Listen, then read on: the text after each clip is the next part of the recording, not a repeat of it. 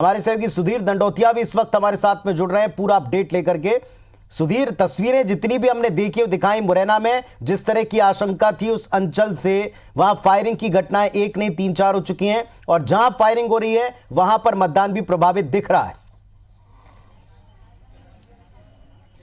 देखिए, निश्चित तौर पर कहीं ना कहीं मतदान को प्रभावित करने के लिए ये पूरी फायरिंग है पुनीत। और अगर बात की जाए तो 4 घटनाएं जिस तरीके से मुरैना के अंदर खासकर सुमावली क्षेत्र की अगर बात करें वहां पर निकल कर आई है, ये निश्चित तौर पर प्रशासन के लिए एक बड़ा सवाल खड़ा करने वाली जो विपक्ष के लिए एक मुद्दा हो सकता है। दिग्विजय सिंह जो बात कह रहे थे, निश्चित तौर पर कहीं ना कहीं प्रशासन के अधिकारियों पर सवाल इसलिए उठाया जाएगा क्योंकि इस बात का अंदेशा पहले ही कांग्रेस ने जताया था। लिहाजा अगर वहां पर सुरक्षा के पर्याप्त इंतजाम नहीं किए, वोटर अगर अपनी मर्जी से वोट नहीं डाल पा रहे, बूथ कैप्चरिंग की अगर कोशिश की जा रही है और अगर उसके बाद फायरिंग के करके दबाव बनाने की कोशिश की जा रही है, तो ये एक निश्चित तौर पर चिंता की बात है। पर लेकिन ग्वालियर चंबल की जो तासीर रही है, ये कोई नई घटना नहीं है। लिहाजा पहले से प्रशासन को कम से कम तैयारियां करनी थी, इस तरीके की घटनाएं ना हो इसके इंतजाम पहले से किए जाने थे। आमतौर पर हमने देखा है कि जब भी चुनाव इन क्षेत्रों में होते हैं तो सीआईएसएफ के साथ में जो दूसरे राज्यों के पुलिस बल या फिर सुरक्षा टुकड़ियां हैं उनको तैनात किया जाता है। पर लेकिन इस क्षेत्र में कई सारे ऐसे संवेदनशील बूथ हैं और इस बात की आशंका जताई जा रही थी कि जहां पर कम से कम जो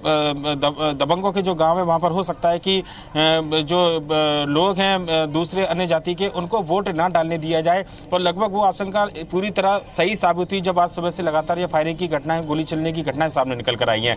ग्वालियर के अलावा भिंड की अगर बात करें तो भिंड में भी लगभग तनाव की स्थिति थोड़ी बनी हुई है। दोनों विधानसभा सीटों की अगर बात करें तो हेमंत यादव के भाई योगेश कटारे जो है बड़े भाई, उनको हेमंत कटारे के बड़े भाई योगेश कटारे, उनको पुलिस हिरासत में लिया गया। सुबह 2 कांग्रेस के कार्यकर्ताओं को हिरासत में लिया गया। इसको लेकर आपत्ति जताई गई थी। हालांकि जो मंत्री ओपीएस भदौरिया, जब उनसे हमने बात की थी, उनका साफ तौर पर कहना था कि आपराधिक मुकदमे दर्ज है, लिहाजा पुलिस की कार्रवाई की गई है। बड़ी बात ये है कि ये बात बड़े नेता कह रहे हैं और हमारे पास में भी इस तरह के इनपुट्स मिल रहे हैं कि वहां कुछ असामाजिक तत्व हैं जो लगातार अशांति फैलाने के लिए हथियारों के साथ घूम रहे हैं और वो संवेदनशील केंद्रों की तरफ जा रहे हैं। अगर ये सूचना, ये दिग्विजय सिंह ने भी कहा कि अगर आपके हमारे पास में है तो प्रशासन के पास क्यों नहीं। बदनावर से हमारे सहयोगी अमित इस वक्त हमारे साथ में जुड़ गए हैं। क्या स्थिति वहां है, वोटिंग परसेंटेज के क्या हालात हैं? जो वोटिंग का मामला है, सुबह मार्कपोल के बाद से सुबह 7 बजे से मतदाता आना शुरू हो गए थे। लगातार मतदाताओं की कतारें देखी जा रही हैं पोलिंग बूथ पर। और जो यहाँ पर सबसे पहले सुबह 7 बजे कानवन में जो कांग्रेस के प्रत्याशी हैं कमल सिंह पटेल, उन्होंने अपने पहला वोट डालकर जो है अपने मतदान किया। उसके बाद लगभग 8 बजे के आसपास उद्योग मंत्री और जो भाजपा से प्रत्याशी हैं राजवर्धन सिंह दत्तीगांव, उन्होंने लगभग 8 बजे भैंसोला में बूथ पर जो है अपने मत का प्रयोग किया। वहीं यहाँ देखा जाए तो खासकर युवा मतदाता जो पहली बार वोट कर रहे हैं उनमें खासा उत्साह देखा जा रहा है। महिलाओं में भी चुनाव को लेकर काफी उत्साह है। लंबी लंबी कतारें लगी हैं बूथ पे। वहीं जिला प्रशासन द्वारा भी जो है कोविड काल के चलते जो है बूथ स्तर पर हर प्रकार की तैयारियां की गई है। यहाँ पर कोविड से बचाव के सारे संसाधन मौजूद हैं। लगातार सबकी जांच की जा रही है और जो नियम है उसको लगातार फॉलो किया जा रहा है। जी, तो ये बदनावर की स्थिति आपको बता रहे थे। राज्यवर्धन सिंह दत्तीगांव और कमल पटेल के बीच में सीधा मुकाबला है। दोनों प्रत्याशी वहां वोट डाल चुके हैं और सुबह से अब तक मतदान जारी है। क्या उम्मीद की जाए? एक और बड़ी बात यह कि कुछ जगहों के ऊपर, बाकी के कुछ जगहों के ऊपर, संवेदनशील जगहों के ऊपर कुछ छिटपुट घटनाएं घटी हैं। यहां पर अभी वोटिंग पैटर्न देखकर क्या लगता है, क्या ठीक ठाक वोटिंग हो रही है पिछले चुनाव के मुकाबले? जी, पिछले चुनाव के मुकाबले आपको बता दूं कि यहाँ पर अभी तक का जो प्रतिशत है वो लगभग 11 बजे का जो आंकड़ा था वो 35.36% था जो वोटिंग का प्रतिशत था। हालांकि पिछली बार की तुलना में इस बार कुछ धीमा मतदान जरूर देखा जा रहा है, लेकिन जो संवेदनशील क्षेत्र है, संवेदनशील बूथ है, वहां पर अभी तक किसी प्रकार की कोई भी इस प्रकार की सूचना नहीं आई है। शांतिपूर्ण मतदान जो है पूरे विधानसभा क्षेत्र में चल रहा है। जी, मनीष मारू आगर मालवा से जुड़े हुए हैं। मनोज ऊंटवाल और विपिन वानखेड़े के बीच मुकाबला है और एक दिलचस्प टक्कर है। क्या स्थिति है वहां, बताएं क्या हालात हैं? तो पुनीत, मैं बताना चाहूंगा कि यहाँ पर जो है मतदाता बड़े उत्साह के साथ और बड़े जोश से अपने घर से निकलकर यहाँ पर मतदान कर रहे हैं। बड़ी संख्या में पोलिंग बूथ पर लंबी लंबी लाइनें लगी हुई है और काफी संख्या में मतदाता अपने घर से निकल रहे हैं। और वोटिंग परसेंटेज की बात करें तो लगभग 45 से 50% मतदान अभी तक हो चुका है। अभी मैं ग्रामीण क्षेत्र में हूँ। यहाँ पर ये जो है घुमक्कड़ जाति बाहुल्य क्षेत्र है और यहाँ पे अमूमन इस समय जो है ज्यादातर लोग कंबल बेचने के लिए बाहर निकल जाते हैं, लेकिन वोटिंग के लिए सब यहीं रुके हुए हैं और बड़ी संख्या में यहाँ पर मतदान हो रहा है।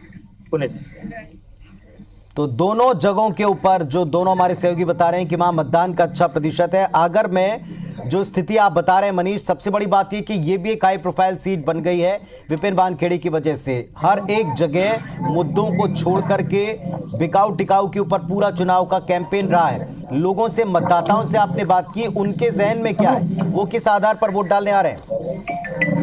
जी हाँ, मैं आपको बताना चाहूंगा कि ये जो आगर मालवा विधानसभा की सीट है, ये जो है दिवंगत पूर्व विधायक हमारे मनोहर ऊंटवाल यहाँ पर से विधायक थे, जिनके निधन के बाद ये सीट खाली हुई और यहाँ पर उनके ही बेटे को जो है फिर से यहाँ मैदान में बीजेपी ने उतारा है। और सामने जो है एनएसयूआई के प्रदेश अध्यक्ष विपिन वानखेड़े हैं, जो पिछला चुनाव भी यहाँ से लड़े थे, लेकिन 2490 वोटों से चुनाव हार गए थे। और इस बार जो है यहाँ पे कड़ा मुकाबला बीजेपी और कांग्रेस के बीच में देखा जा रहा है और स्थिति बिल्कुल स्पष्ट नहीं है जिसके लिए हम ये कह सके कि इस समय इस चुनाव में कौन अपनी बाजी मार लेगा। जसपाल सिंह जज्जी के बीच और साथ ही साथ महिला उम्मीदवार वहां है, क्या चल रहा है संतोष? क्या अपडेट, कितना मतदान हो चुका है? जी बिल्कुल, मैं आपको बता दूं कि अभी अशोकनगर में जो सुबह 7 बजे से मतदान शुरू हुआ था, तो 9 बजे तक का अगर आंकड़ा अपन देखें तो बहुत स्लो मतदान, बहुत धीमी गति से मतदान हो रहा है। अशोकनगर जिले का अगर 2 विधानसभा सीटों की बात की जाए तो 10% के करीब मतदान हुआ है। वहीं अशोकनगर लोकल में 8.9% मतदान हुआ है कुल, और मुंगावली विधानसभा की अगर बात की जाए तो 12.67% तक ही मतदान हो पाया है।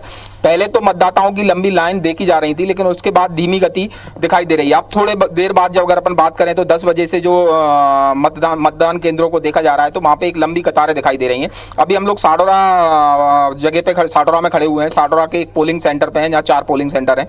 उसमें देखें तो वहां लंबी कतारें दिखाई दे रही हैं। तो धीरे धीरे ये प्रतिशत बढ़ने की उम्मीद दिखाई जा रही है। लग रहा है कि ऐसे आगे चल के ये प्रतिशत और वृद्धि होगी। संतोष, कोई अप्रिय घटना, ईवीएम खराब, गोलीबारी कुछ? बिल्कुल, ये सुबह से अगर अपन बात की जाए तो 7 बजे मतदान शुरू होना था। तो अशोकनगर में 2 पोलिंग सेंटर्स, जिसपे एक 22 नंबर की पोलिंग, जिसपे 122 नंबर की पोलिंग, जिसमें बीजेपी प्रत्याशी को मतदान करना था, वहां पे आधा घंटा देरी से मतदान शुरू हुआ। वहीं पर एक वर्धमान स्कूल में एक पोलिंग सेंटर है जिसमें 1 घंटा देरी से मतदान हुआ, वहां की ईवीएम खराब हुई थी। उसके बाद इस तरह की कोई भी खबर सुनने को नहीं मिली है और बाकी शांतिपूर्ण तरीके से मतदान चल रहा है। दोनों विधानसभा में लगातार बात इस इलाके में कई बार गांव वाले बहिष्कार कर देते हैं मतदान का, ऐसा तो कुछ खबर नहीं है? बिल्कुल, इससे पहले के चुनावों में अगर देखें तो कई गांवों में मतदान का बहिष्कार हुआ था। जिस क्षेत्र में हम खड़े हैं, इस क्षेत्र के भी कई गांवों वालों ने मतदान का बहिष्कार किया था। चुनाव की आचार संहिता लगने से पहले जरूर ऐसी खबरें आई थी कि मतदान का बहिष्कार किया जाएगा, लेकिन उनको बाद में मैनेज कर लिया है, कुछ किया होगा। इस बार अभी आज के दिन ऐसी कोई भी खबर इस पूरे जिले से कहीं पे सुनाई नहीं थी कि मतदान का बहिष्कार किया जा रहा है लोगों द्वारा। आप जिस बूथ पर हैं, कैसा चल रहा है मतदान वहां, जरा तस्वीरें दिखाएंगे? बिल्कुल, मैं कैमरा पर्सन से कहूंगा कि वो जरा एक बार यहाँ की तस्वीरें दिखाएं। मतदान बिल्कुल शांतिपूर्ण तरीके से चल रहा है। लंबी लंबी कतारें लगी हैं, लेकिन सोशल डिस्टेंसिंग और कोविड के नियमों का पालन लगभग किया जा रहा है जहां तक संभव है। अंदर सैनिटाइज करके ही लोगों को अंदर प्रवेश दिया जा रहा है। साथ में एक हैंड में ग्लव्स पहनाया जा रहा है, जिसके बाद वो वोटिंग मशीन को छू सकते हैं। उससे पहले वोटिंग मशीन को नहीं छू सकते लोग। महिलाओं का प्रतिशत पहले तो कम दिखाई दे रहा था, लेकिन यहाँ पर देखने के बाद लग रहा है कि महिलाओं का प्रतिशत भी धीरे धीरे बढ़ रहा है। महिलाएं भी धीरे से घर से निकल रही हैं और मतदान करने के लिए, अपने मतदान में आहुति देने के लिए निकल रही हैं। नजर बनाए रखिएगा संतोष, आगे भी आपसे अपडेट लेते रहेंगे। हमारे संवाददाता अशोकनगर से अपडेट दे रहे थे, सब कुछ शांतिपूर्ण है वहां अशोकनगर में। चलिए, फिलहाल एक जगह से तो ठीक खबर, ये अच्छी बात है विजय की कोरोना काल में भी जनता में उत्साह दिख रहा है इस लोकतंत्र के पर्व के प्रति। देवेंद्र हमारे साथ में जुड़ चुके हैं, देवेंद्र जायसवाल खंडवा से। देवेंद्र, जानकारी दें। जी बिल्कुल ज्योति जी, जो मांधाता विधानसभा क्षेत्र है, यहाँ पर आज सुबह से जब 7 बजे से मतदान केंद्र खुले तो यहाँ पर लंबी लंबी कतारें देखी जा रही है और लोग घरों से स्वतः ही निकल कर आ रहे हैं और अपने मत का प्रयोग करने के लिए वो कतारों में खड़े हैं। मेरे पीछे बड़ी संख्या में महिला शक्ति खड़ी है जो कि वोट डालने के लिए यहाँ पर मतदान केंद्र पर पहुंची है। मैं बताना चाहूंगा कि जो मांधाता विधानसभा क्षेत्र है, यहाँ पर आजादी के बाद ऐसा पहली मर्तबा मौका है जब उपचुनाव होने जा रहा है और ये संत सिंगा जी की तपोभूमि है और यहाँ पर जो है इंदिरा सागर बांध है, ओंकारेश्वर तीर्थ स्थल है, तो एक बड़ी धार्मिक और आस्था की स्थली भी है। तो इसी को देखते हुए यहाँ पर जो उपचुनाव हो रहा है तो एक प्रचार प्रसार के लिए भी यहाँ पर पूरे समय देखा गया कि राजनीतिक दलों ने अपनी पूरी शक्ति झोंक दी थी। आज सुबह की मैं बात करूं तो आज सुबह सबसे पहले कांग्रेस के प्रत्याशी उत्तम पाल सिंह जो है वो संत सिंगाजी महाराज के दर्शन करने के लिए गए थे। वहां से वो निकले, उसके बाद उन्होंने गाय का पूजन किया और अपने परिवार जनों का आशीर्वाद लिया, फिर मतदान करने पहुंचे। उन्होंने अपने मत का प्रयोग सबसे पहले पूर्णी मतदान केंद्र पर किया और उसके बाद अभी जो है भारतीय जनता पार्टी के जो प्रत्याशी है नारायण पटेल, वो संत सिंगाजी धाम पर दर्शन करने के लिए गए हैं और इसी मतदान केंद्र पर वो पहुंचेंगे और अपने मत का प्रयोग करेंगे। चलिए, तो हम आपका अपडेट आपसे भी लगातार लेते रहेंगे। देवेंद्र, आप भी बने रहे हमारे साथ में, सुधीर और हमारे खास मेहमान भी बने हुए हैं। पल पल की अपडेट और डिबेट दोनों चलती रहेगी। बिल्कुल, क्या कहते हैं, जो पोलिंग है मुरैना विधानसभा की, वो प्रत्याशी हैं रघुराज कंसाना और वो यहाँ पर वोट डालने के लिए आए हुए हैं और मैं उनसे बात करने की कोशिश करता हूँ। उन्होंने मतदान किया है, किस तरीके का सर मतदान कर चुके हैं आप, किस तरीके के कितने वोटर आ रहे हैं अभी तक? नहीं, जनता का अच्छा रुझान है, वोटर मतदाता आ रहे हैं निश्चित रूप से और मत का प्रतिशत बढ़ेगा। जिस तरीके से मतदाताओं को निकलना चाहिए वो थोड़ा सा देखा जाए तो लाइनें नहीं लग रही हैं पिछली बार की तरह और भीड़ भी कम आ रही है, इसका क्या एक्चुअल क्या है, मतदान केंद्र ज़्यादा बना दिए हैं। नहीं, अभी 142 पहले एक था तो अब 142 का हो गया है, तो 2 मतदान केंद्र हैं तो बढ़ गए और फिर सुबह का टाइम होता है, थोड़ा धीमा मतदान होता है। अभी 10 बजे के बाद स्पीड बढ़ेगी। क्या लग रहा है, वोटरों के आने की कम आ रहे हैं, जिससे क्या माहौल लग रहा है? माहौल बहुत अच्छा है, भारतीय जनता पार्टी के पक्ष में माहौल। अगर जिले की बात की जाए तो अभी तक कोई घटना इस तरीके की निकल के आई फायरिंग वाली, चूंकि मुरैना ऐसा जिला है जहाँ पर इस तरीके की घटनाएं सामने आ रही? नहीं, प्रशासन ने अच्छी व्यवस्था की है, जो बताया है वो किया है उनने। अपनी घटनाएं तो ये है कि असामाजिक तत्व होते हैं वो कहीं ना कहीं कर देते हैं, लेकिन ऐसा कुछ दिख नहीं रहा है। जहाँ भी सूचना मिल रही है प्रशासन के लोग तुरंत पहुँच रहे हैं। ये थे रघुराज कंसाना जिन्होंने मतदान किया है और साफ तौर से कह रहे हैं कि लोगों का आना जाना भी लगा है। सत्येंद्र, सुरक्षा को लेकर क्या इंतजाम है, क्योंकि फायरिंग की भी खबर आई, यहाँ पर 2 बीएसपी के जो कार्यकर्ता है वो घायल भी हो गए, सुनने में आया। क्या सुरक्षा के इंतजाम है मतदान केंद्रों में?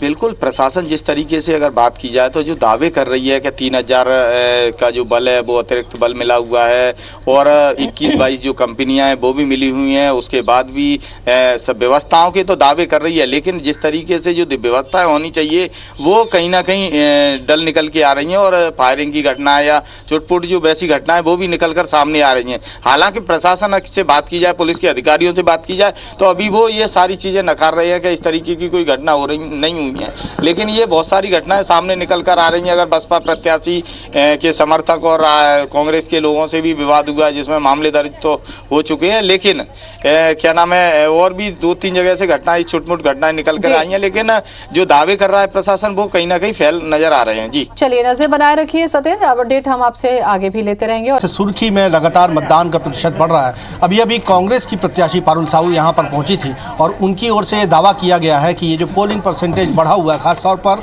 महिला मतदाता बड़े उत्साह के साथ और बड़ी तादाद में पोलिंग बूथ तक पहुंचे हैं और ये दावा पारुल साहू की ओर से किया गया है कि बढ़ा हुआ मतदान प्रतिशत या महिला वोट जो हैं उनको हासिल हुए हैं।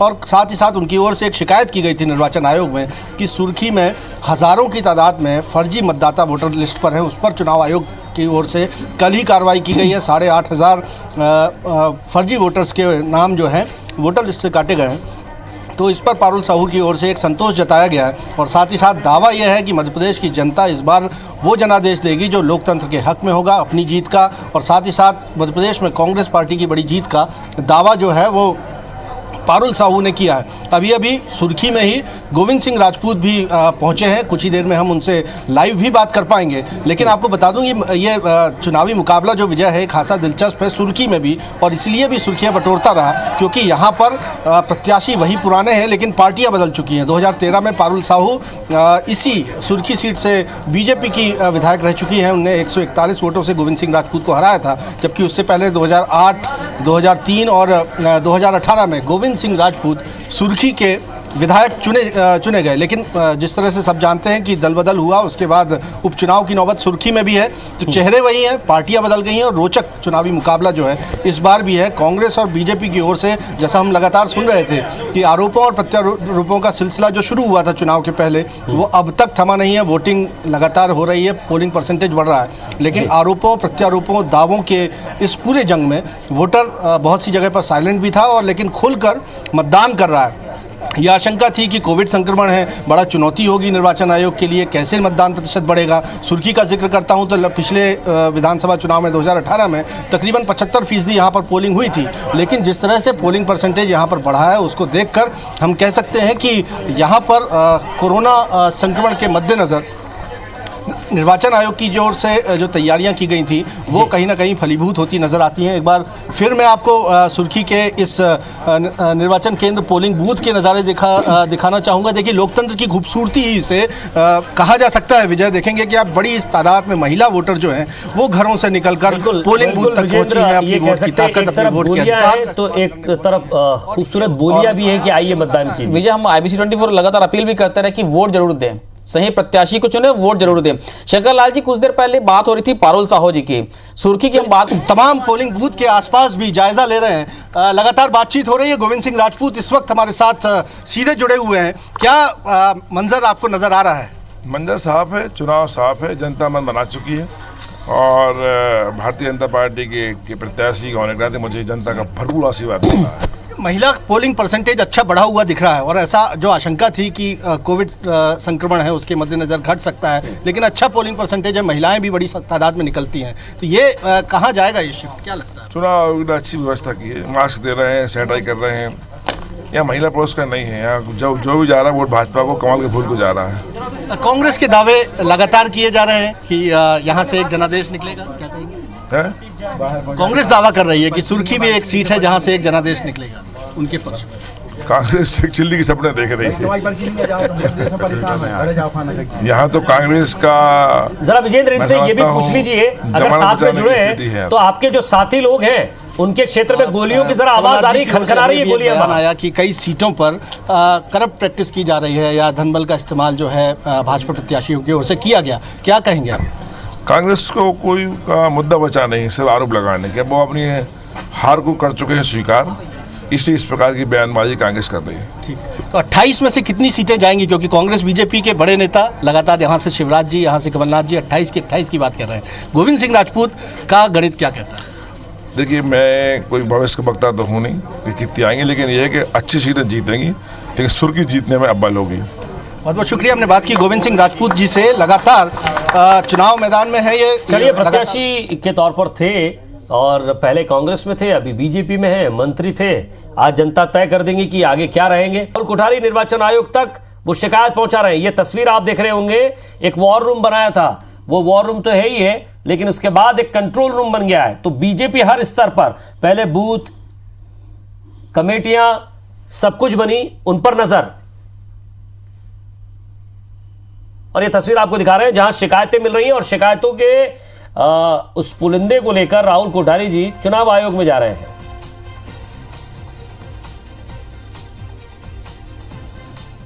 एक एक वोट महत्वपूर्ण है और इसके लिए बीजेपी मध्य प्रदेश के तमाम 28 सीटों पर हो रहे चुनाव के हर मतदान केंद्र पर नजर रखे हुए हैं। प्रदेश बीजेपी कार्यालय में कंट्रोल रूम बनाया गया है। यहाँ पर देख पा रहे हैं कि जो भी वहाँ की सूचनाएं प्राप्त हो रही हैं उस पर लगातार यहाँ पर मॉनिटरिंग की जा रही है। तैयारी इस बात को लेकर भी है कि ऐसे सूचना जहाँ पर कि निर्वाचन आयोग जाना चाहिए वो लिस्ट तैयार हो रही है। इसके साथ ही तमाम सीटों पर किस तरह की स्थिति बनी हुई है